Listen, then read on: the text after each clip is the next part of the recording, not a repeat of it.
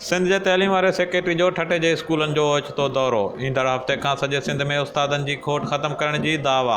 उस्तादनि खे पंहिंजे पघार सां गॾु ॿारनि जे बहितर मुस्तक़बिल बाबति सोचणु घुरिजे। तइलीम वारे सेक्रेटरी जूं दौरे दौरान सहाफ़ियुनि सां ॻाल्हियूं। सिंध जे तइलीम वारे सेक्रेटरी काज़ी शाहिद परवेज़ ठटे ज़िले जे मुख़्तलिफ़ स्कूलनि जो ओचितो दौरो करे उतां जे स्कूलनि ॿारनि ऐं सहूलियतुनि जो जाइज़ो वरितो। दौरे दौरान सेक्रेटरी तइलीम सहाफ़ियुनि सां ॻाल्हाईंदे दावा कंदे चयो त ईंदड़ हफ़्ते खां सॼे सिंध में उस्तादनि जी खोट ख़तमु कई वेंदी। हुन चयो त ईंदड़ सूमर खां पोइ सिंध में शायदि को अहिड़ो स्कूल हूंदो जिते उस्ताद मुक़ररु थियल न हुजे। हुन चयो त सिंध जे तइलीम खे बहितर करण लाइ हुकूमत पारां सुठा क़दम खयां पिया वञनि। हुन चयो त स्कूलनि में फर्नीचर जे फराहमी लाइ 6 अरब ऐं डेवलपमेंट जे लाइ 3.5 अरब रुपया रखिया विया आहिनि। जॾहिं त ईंदड़ साल समूरनि स्कूलनि में नए निसाब वारा किताब ॾिना वेंदा जेके प्राइवेट सेक्टर जे सहकार सां छपाए रहिया आहियूं, जंहिंसां सिंध जे तइलीम में तमामु घणी बहितरी अची वेंदी। तइलीम वारे सेक्रेटरी सहाफ़ियुनि सां ॻाल्हाईंदे ॿुधायो त सिंध में 3500 अहिड़ा स्कूल हुआ जिते न को ॿार हुयो न वरी का आबादी हुई। अहिड़नि स्कूलनि खे बंदि करे उते मुक़ररु उस्तादनि खे ॿिनि स्कूलनि में बदिली करे उस्तादनि जी खोट पूरी कई वेंदी। तइलीम वारे सेक्रेटरी काज़ी शाहिद परवेज़ जो चवणु हो त ठटे जे स्कूलनि जे विज़िट दौरान काफ़ी अहिड़ा स्कूल मिलिया जिते तइलीम जो बहितर निज़ाम मौजूदु हुयो, जॾहिं त के अहिड़ा स्कूल बि आहिनि जंहिंजी हालत बहितर न हुई। हुन चयो त ॿारनि जे वालिदेन खे बि घुरिजे त हू स्कूलनि जो विज़िट करे उते ॿारनि खे मिलंदड़ तइलीम जो जाइज़ो वठंदा रहनि। तइलीम वारे सेक्रेटरी चयो त जेकॾहिं उस्तादनि जो ॿारनि सां रवैयो बहितर न हूंदो